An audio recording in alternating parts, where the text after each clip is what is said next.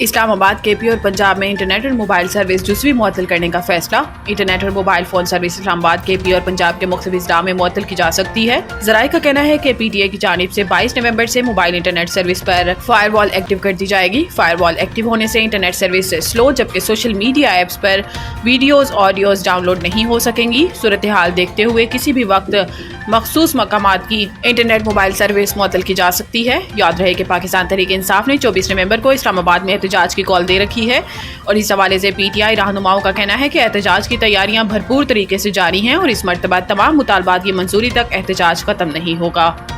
गंडापुर से मुज़ाकरात के लिए राब्ता हुआ है, असद कैसर ने तस्दीक कर दी। सवाबी में मीडिया से गुफ्तगू करते हुए असद कैसर ने कहा कि 24 नवंबर के एहतजाज के लिए हमने हिकमत अमली तब्दील की हुई है। पेशावर, मिर्दान, चारसदा और नौशहरा के कारकुनान सवाबी से इस्लामाबाद जाएंगे, बाकी इजला के कारकुनान मुख्तलिफ रूट से इस्लामाबाद की तरफ मार्च करेंगे।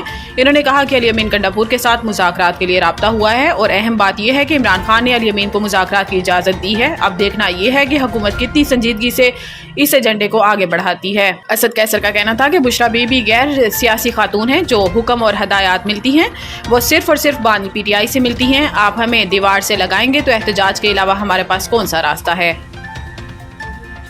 बरतानिया के साथ बाहमी ताउन को पायदार इक्तसादी पार्टनरशिप में तब्दील करने का वक्त आ गया है। वफाकी वजीर दाखिला मोहसिन नकवी से बरतानवी नायब वजीर खारजा बराए पाकिस्तान व अफगानिस्तान हमेश फाल्कनर की मुलाकात हुई। पाकिस्तान में बरतानिया की हाई कमिश्नर जीन मैरिट और बरतानिया में पाकिस्तान के high commissioner doctor Mohammad Faisal भी इस मौका पर मौजूद थे। मुलाकात में बाहमी दिलचस्पी के अमूर और पाक बरतानिया ताल्लुकात पर तबादला ख्याल किया गया, जबकि दो तरफा ताल्लुकात के फ़रोग के लिए मुश्तरका इक़दामात पर भी गुफ्तगू की गई।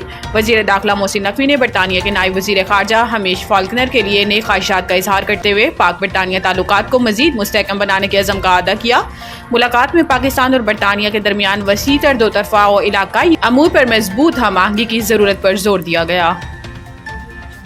हमजा शहबाज को वजीर आला के ओहदे से हटाने के मामले पर एडिशनल अटॉर्नी जनरल को नोटिस। जस्टिस अमीनुद्दीन की सरबराही में 7 रुकनी आईनी बेंच ने नजरसानी पर समाअत की। वकील सफाई हारिस अजमत ने दलाइल में कहा कि आर्टिकल 63 नजरसानी फैसले में कहा गया है कि 3 रुकनी बेंच ने 17 रुकनी बेंच के फैसले को नजरअंदाज किया। अब भी केस में सवाल मौजूद हैं।